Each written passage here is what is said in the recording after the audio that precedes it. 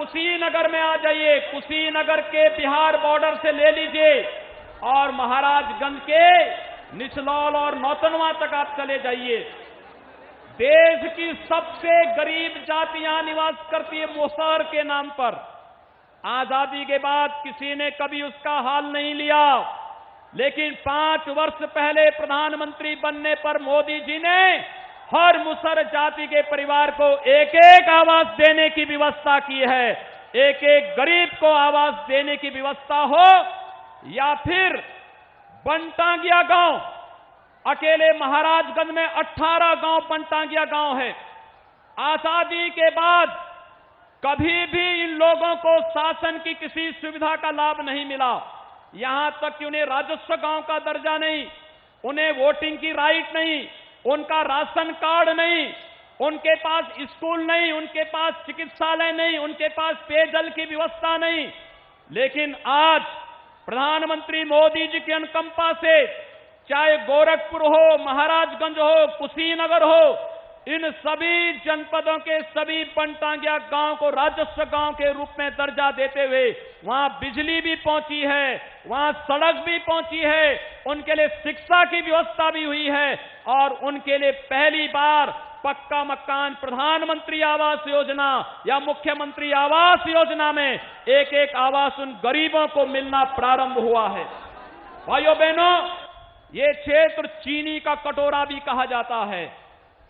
कांग्रेस हो, सपा हो, इन्होंने इन चीनी मिलों को बंद करने का कार्य किया था और बहन जी के हाथी ने तो इन चीनी मिलों को टिकट की तरह बेचना भी प्रारंभ कर दिया था। 21 चीनी मिलें इस क्षेत्र के बेचने का पाप ये लोग किए थे।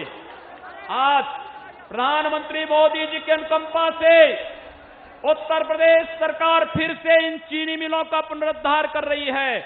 2 चीनी मिलों को हम नहीं लगा चुके हैं और सुप्रीम कोर्ट में जैसे ही मामले का समाधान होता है, शेष चीनी मिलों को फिर से चलाने और आदरणीय प्रधानमंत्री जी ने शुगर केन से इथेनॉल बनाने की परमिशन दी है। याद करना, अब डीजल पेट्रोल के लिए अरब पे नहीं, हमारी चीनी मिलें ही ईंधन देने का कार्य भी करेंगी। यह कार्य भी आजादी के बाद पहली बार प्रारंभ हुआ है। मैं इसके लिए प्रधानमंत्री मोदी जी का हृदय से स्वागत और अभिनंदन करता हूं।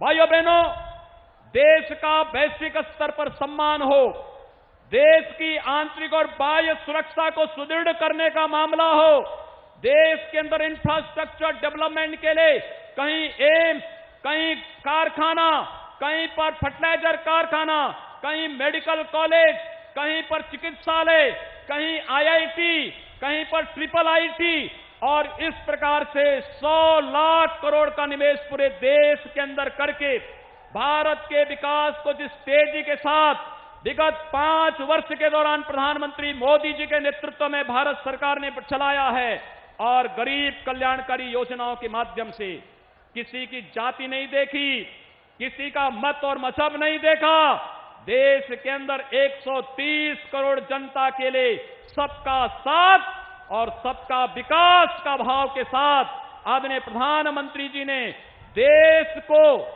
दुनिया की एक महाशक्ति बनाने के जिस संकल्प के साथ आगे ले गए हैं, आज ये चुनाव संसदीय चुनाव देश का चुनाव है।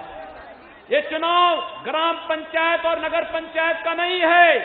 कमल चुनाव चिन्ह पर पड़ने वाला एक एक वोट मोदी जी के द्वारा 5 वर्ष के परिश्रम का परिणाम हमारे द्वारा कृतज्ञता ज्ञापित करने के रूप में एक एक वोट कमल के फूल पर सीधे मोदी जी को जाएगा।